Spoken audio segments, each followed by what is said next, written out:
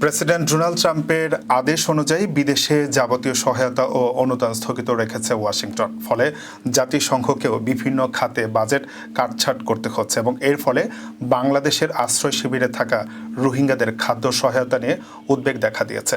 শুক্রবার সামাজিক যোগাযোগ মাধ্যম এক্সে জাতিসংঘের শরণার্থী বিষয়ক সংস্থা UNHCR এর হাই কমিশনার ও প্রধান নির্বাহী ফিলিপ্পো গ্রান্ডি এক পোস্ট বার্তায় এই উদ্বেগ জানিয়েছেন।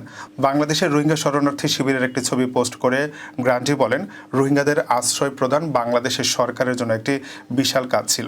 এখন আমরা যা আশঙ্কা করছি তা যদি সত্যি হয়, দাতাদের সহায়তা প্রবাহ নাটকীয়ভাবে কমে যায়, তাহলে বাংলাদেশের সরকার, সহায়তা সংস্থা এবং রোহিঙ্গাদের উপর অভূতপূর্ব চাপ সৃষ্টি হবে।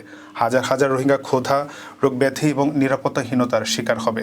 2017 সালের অগাস্ট মাসে বাংলাদেশের সীমান্তবর্তী মিয়ানমারের রাখাইন প্রদেশের বেশ কয়েকটি পুলিশ স্টেশন ও সেনা ছাউনিতে একযোগে বোমা হামলা ঘটায় সশস্ত্র রোহিঙ্গা গোষ্ঠী আরাকান সালভেশন আর্মি আরসা।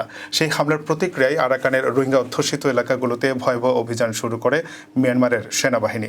সেনা সদস্যদের নির্যাতন, হত্যা, ধর্ষণ, লুটপাট, বাড়িঘরে অগ্নিসংযোগের মুখে টিকতে না পারে নাফ নদী পেরিয়ে বাংলাদেশে প্রবেশ করতে শুরু করেন হাজার হাজার রোহিঙ্গা। বাংলাদেশের সরকারের পক্ষ থেকে তাদেরকে কক্সবাজারের টেকনাফ জেলায় কোতোপালংয়ে আশ্রয় দেওয়া হয়।